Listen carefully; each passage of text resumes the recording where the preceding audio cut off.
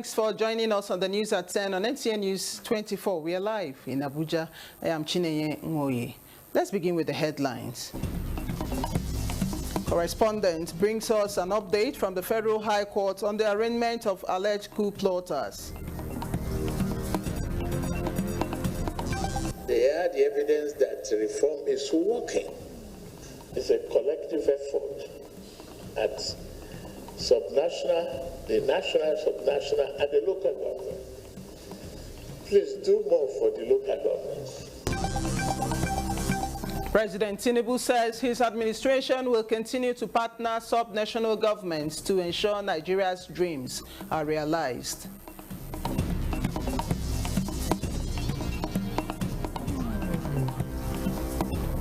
Vice President Kashim Shettima acknowledges renewed vigor in government policy implementation as deliberate and responsible for food security in Nigeria.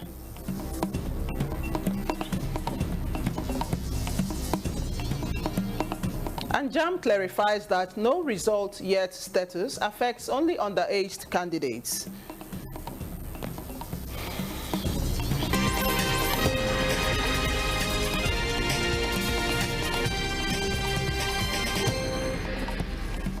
Many thanks for joining us.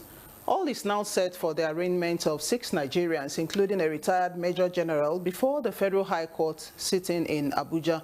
The defendants are being brought before the court for alleged coup plotting and acts of terrorism. Dele Atumbi of our Judiciary Desk is live from the Federal High Court, Abuja, for the arraignment. Dele, what is the latest from the court? Many thanks for joining us. Thank you, Chinenye. The latest is that at noon, the 6 Nigerians will be arraigned before Justice Abdul Malik of the Federal High Court upon 13-count charge. And this 13-count charge border on the first one, coup plotting, and the second one has to do with terrorism, and the other one had to do with terrorism financing. Let's go down the memory lane. In October last year, between September and October 2023, 40 persons were arrested for alleged coup plotting. And out of these 40, 6 of them will now be arraigned before the Federal High Court because they are civilians. And that shows there is democracy is at play in Nigeria with the rule of law. Let's commend the rule of law that those that the other defendant will now be court-martialed before a court-martial, which is a military issue, because they are serving military officers. But these civilians are being brought before the Federal High Court for coup plotting, for the court to adjudicate over the matter. Don't equally forget that one of the persons that had been named in this charge is the former governor of Bayelsa State, Timi Presiva, who is alleged to be at large. So, at this arraignment, two important issues will definitely come up. One, the arraignment, they will equally take their plea. The defendant will take their plea, whether guilty or not. And it is the issue of bail application. It has always been at the discretion of the court, whether the court will grant them bail or not. It is at the discretion of the court. But I've told you that 2 things are important. They would act the arraignment, and after the arraignment, they will take their plea, one after the other, to the 13-count charge, and after the charge, they will equally come up with bail application. Well, whether the bail application will be addressed today or not, it is at the instance of the court, not at the instance of any other person. But we'll keep you updated on the arraignment and whatever is happening in our courts. Dele Atumbi of our Judiciary Desk there. We thank you so much for that report. And President Bola Tinubu says his administration is addressing a fundamental issue in planning for national growth, assuring that he will continue to do everything possible in partnership with subnational governments to ensure Nigeria's dreams are realized. President Tinubu made this commitment while addressing a delegation of stakeholders from Enugu State at the State House in Abuja. State House correspondent Musbao Danwahab reports. Here are stakeholders from Enugu State. Governor Pitamba leads them on this visit. A thank you visit, they call it. Their gratitude is not just for the appointment of sons and daughters of the state by the current administration, but also for more presence of the federal government and support to state governments, including Enugu. Governor Mba highlights the improved allocation to the subnationals, the concessioning of the Akanumbiam Airport, Enugu, the extension of gas pipeline, the Port Harcourt-Enugu rail line, and the Enugu-Port Harcourt Road, among other projects receiving attention. The Enugu-Onitsha Road had suffered years of false starts, with contractors coming and going, sections failing before completion. That circle has now been broken. Work is now progressing with flyovers emerging at key pressure points. For the love shown to them, the governor says his people are ready to reward President Tinubu with their supports. Behind us stand more than 7 million people. Their lives are shaped by what we do here. They have placed their trust in us, and they are beginning to place that same trust in you. I restate our resolve to stand with you in 2027. The accomplishment our governor has done so far and still doing could not have been possible without your support. And we have gathered here to assure you, I think it will translate to world levels, so people will give the necessary support at the appropriate time. You have been a transformative leader. The governor earns respect for what President Tinubu describes as rapid development of Enugu State and promises continuous collaboration, even as his administration addresses a fundamental issue in planning for national growth and development. The result you have outlined in security, infrastructure, education, healthcare are not abstract. They are the evidence that reform is working. It's a collective effort at subnational, the national, subnational, and the local government. Please do more for the local governments. What has been the problem in the past is a Nigerian that is trying to finance long-term projects with short-term funding. We have not embarked upon serious long-term outlook for our country. However, he wants the governor to remain focused, like himself, in ensuring that Nigeria attains its potential for greatness. Greatness will become that of Nigeria. Nigeria of our dream is achievable, and we will definitely do that together. For what would represent the kola nut from the cold city state, the stakeholders made presentation to the president, himself, and the First Lady, Oluremi, in painting.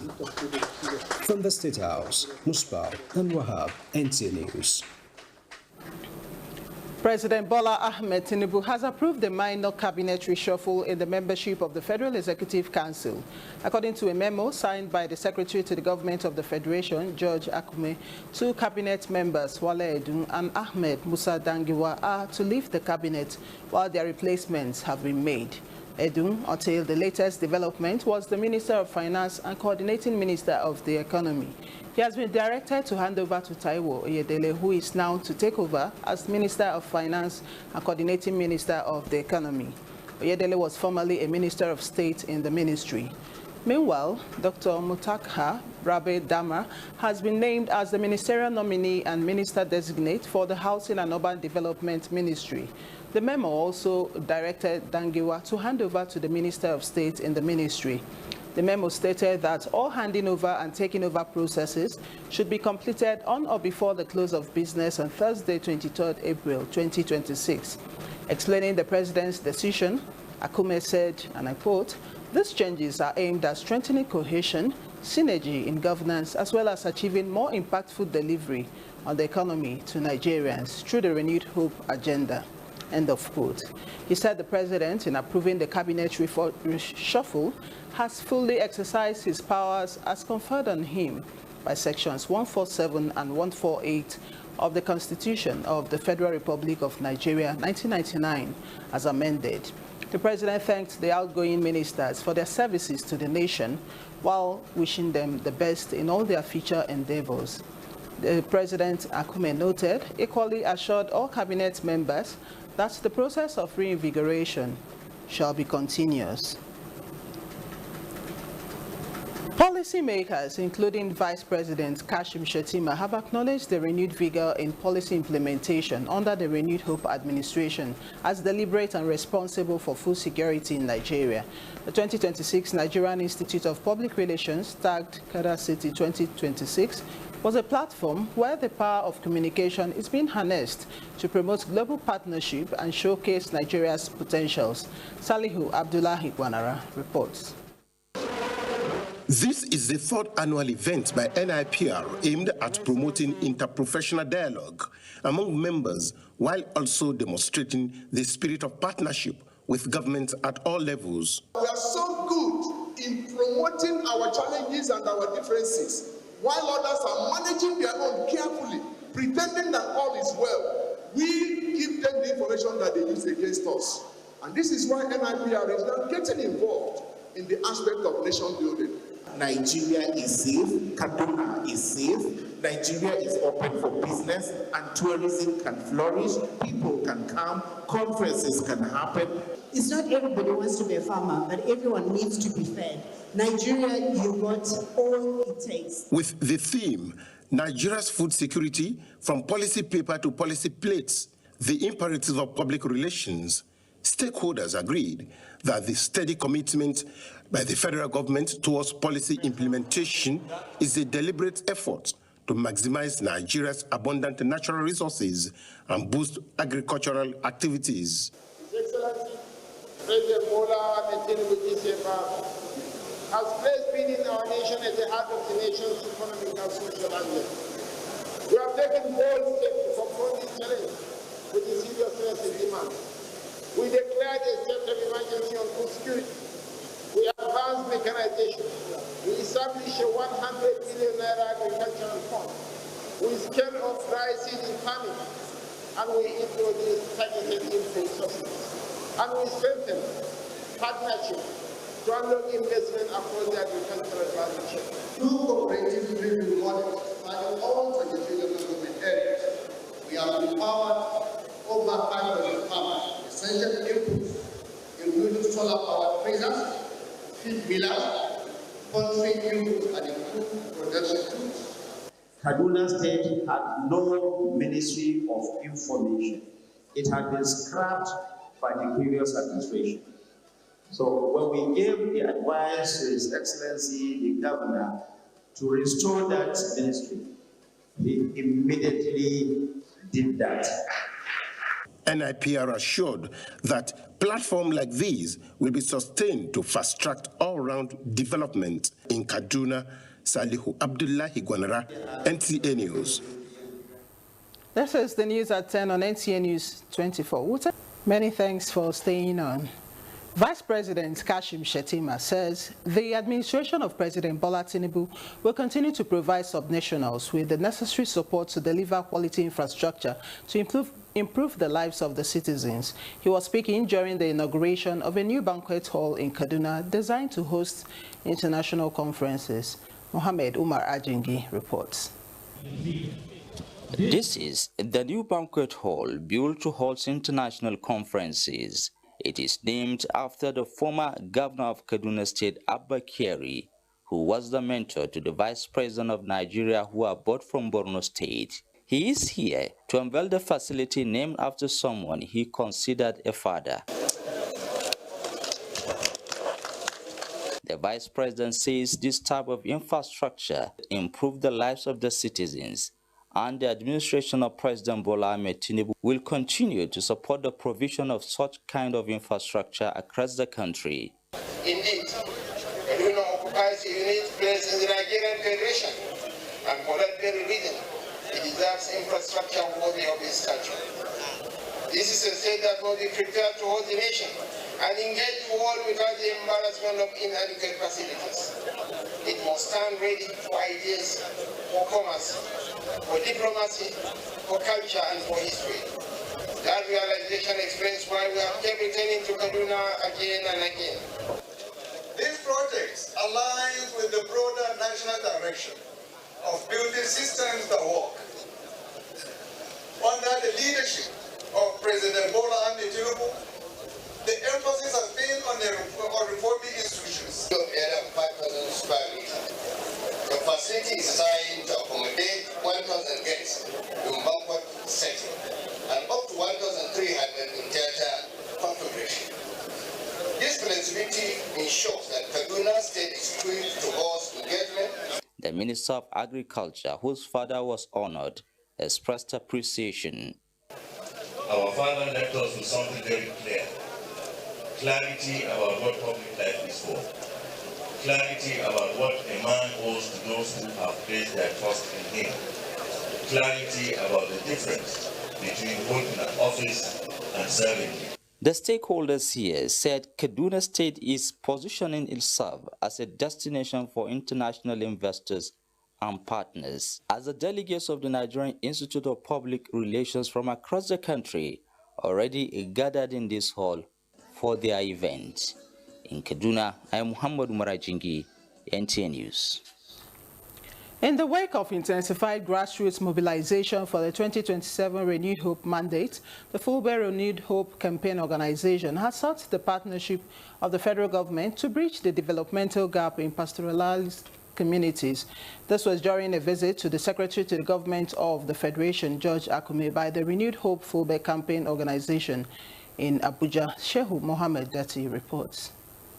Following last week's high-level summit between President Bola Ahmed Tinubu and the Renewed Hope ambassadors, the Renewed Hope Fulbe campaign organization pledged grassroots mobilization for President Tinubu's second-term bid. Their mission is twofold: to reaffirm their commitment to the president's re-election vision and to ensure that issues of nomadic education, livestock modernization, and rural security remain on the front burner of the 2026 appropriation cycle.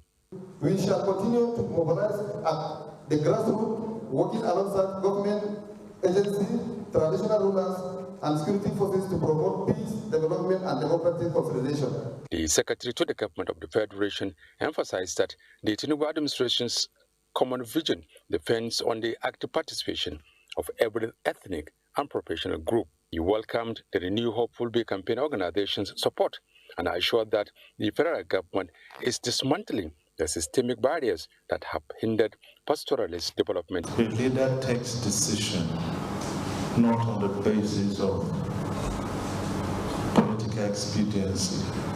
He takes decision taking into cognizance long-term benefits that his policies will generate for the citizen.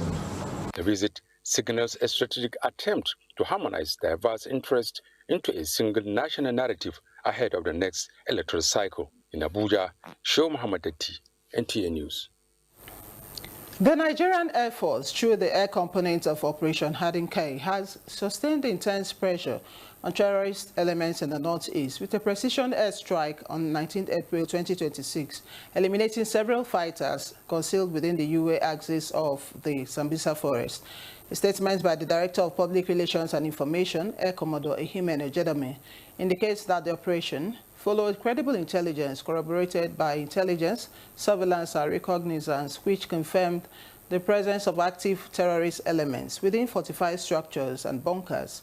NAV air assets engaged the targets with precision ammunitions, destroying the structures, eliminating multiple terrorists, and destroying key logistic facilities, as confirmed by a subsequent battle damage assessment.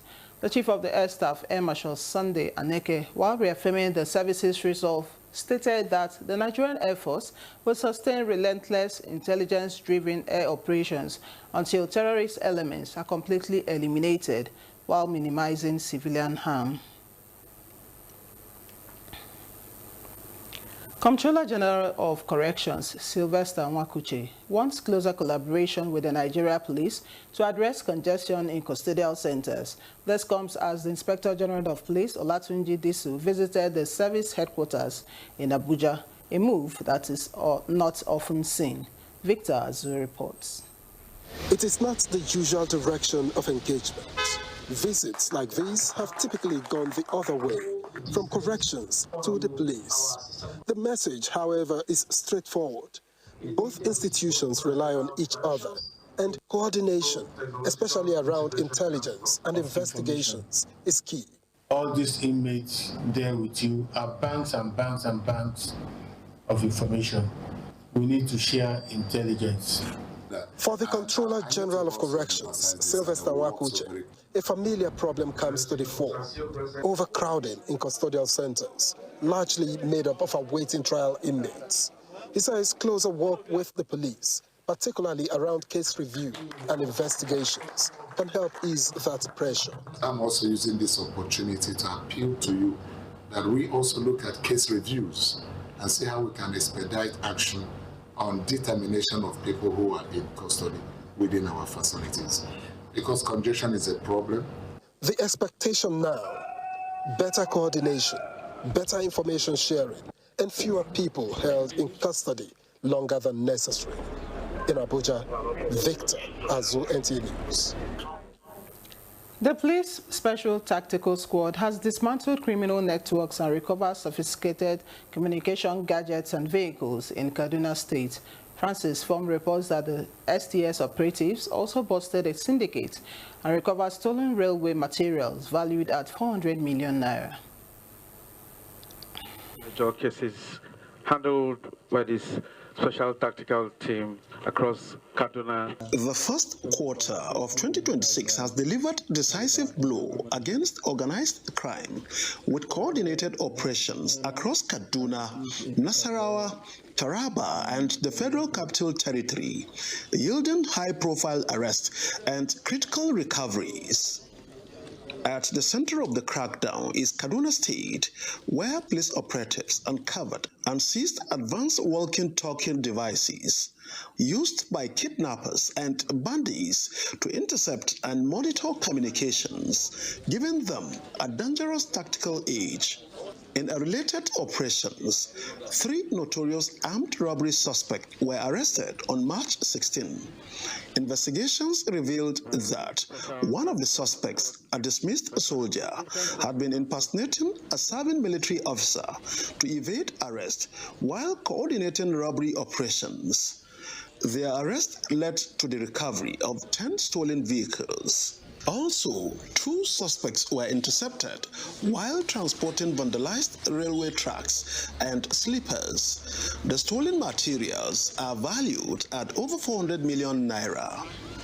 These cases presented today underscores the effectiveness of the Special Tactical Squad in identifying, targeting, and dismantling criminal network within our country.